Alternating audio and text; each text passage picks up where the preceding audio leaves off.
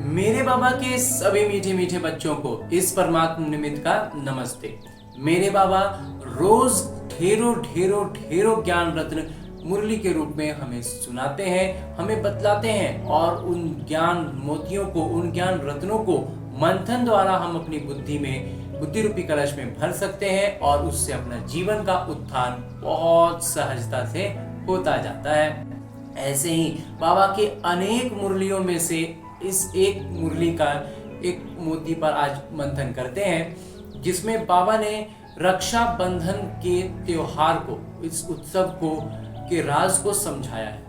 बाबा कहते हैं कि ये जो बहुत छोटा सा, अगर हम लौकिक दृष्टि से देखें तो बहुत छोटा सा एक त्योहार होता है, जिसमें एक बहन भाई को राखी बांधती है, उसमें सबसे पहले उसे तिलक लगाती है, फिर रक्षाबंधन बांधती है और फिर मुख मीठा कराती है। तो ये लौकिक दृष्टि से तो काफी छोटा त्योहार लगता है, लेकिन बाबा जब इसका अलौकिक रहस्य समझाते हैं तो एकदम स्पष्टता बिल्कुल अलग स्तर की पहुंच जाती है, जिसमें बाबा बतलाते हैं कि रक्षाबंधन के सूत्र का मतलब है पवित्रता की प्रतिज्ञा, और तिलक बाबा देते हैं बादशाही के, विश्व की बादशाही का तिलक लगाते हैं और सर्व वरदानों से भर देते हैं, उसको कहते हैं मुख मीठा करना। तो इस त्योहार को इतना स्पष्ट बाबा बतलाते हैं कि इसका अलौकिक अर्थ जब समझते हैं तो खुशी का पारा, बाबा कहते हैं, इतना बढ़ जाना चाहिए कि नाखून से लेकर चोटी तक शरीर का हर अंग खुशी से गनगनाहट में आ जाए। इतनी खुशी हमारे भीतर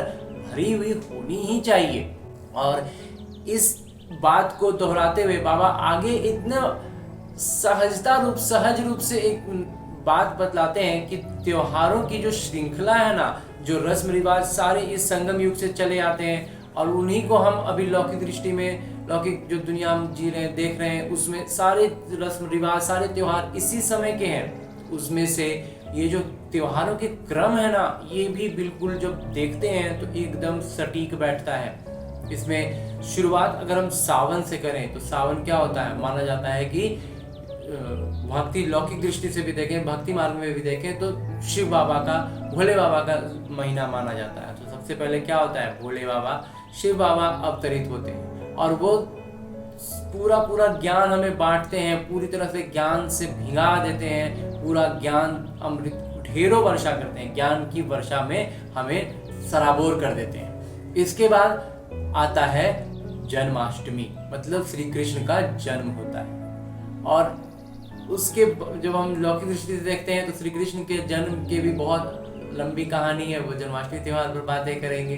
फिर उसके बाद में आता है नवरात्रि, जिसमें फिर जितने भी बचे खुचे जितने भी विकार और वो होते हैं ना, वो सब समाप्त हो जाते हैं। और तब आता है दशहरा, पूरा रावण की समाप्ति। और जब पूरी तरह से रावण समाप्त हो गया, कृष्ण का जन्म हो चुका है, तब आता है दीपावली, यानी बाबा कहते हैं घर घर में स्वर्ग, घर घर स्वर्ग होगा। तो ये जो त्योहारों की श्रृंखला है ना, और इन त्योहारों का, हर त्योहार का अपने आप में इतनी गहरे अर्थ हैं, जो सारे के सारे इस संगम युग से उठे हैं। तो इन सब को जब बुद्धि में हमारा स्पष्टता आती जाएगी, और जो कल की मुरली में बाबा ने इतना स्पष्ट बताया था कि बुद्धि का मतलब ही है परमपिता परमात्मा, और इनसे जो विमुख है वो रावण की गुलामी में है। तो इस बुद्धि को अपना स्पष्ट करते जाना है, बाबा के करीब आते जाना है। ऐसे ही अनेक ज्ञान रत्नों से, अनेक ज्ञान मोतियों का मंथन करते हुए अपने जीवन का करेंगे उत्थान। इस परमात्मा निमित्त द्वारा नमस्ते। ओम शांति।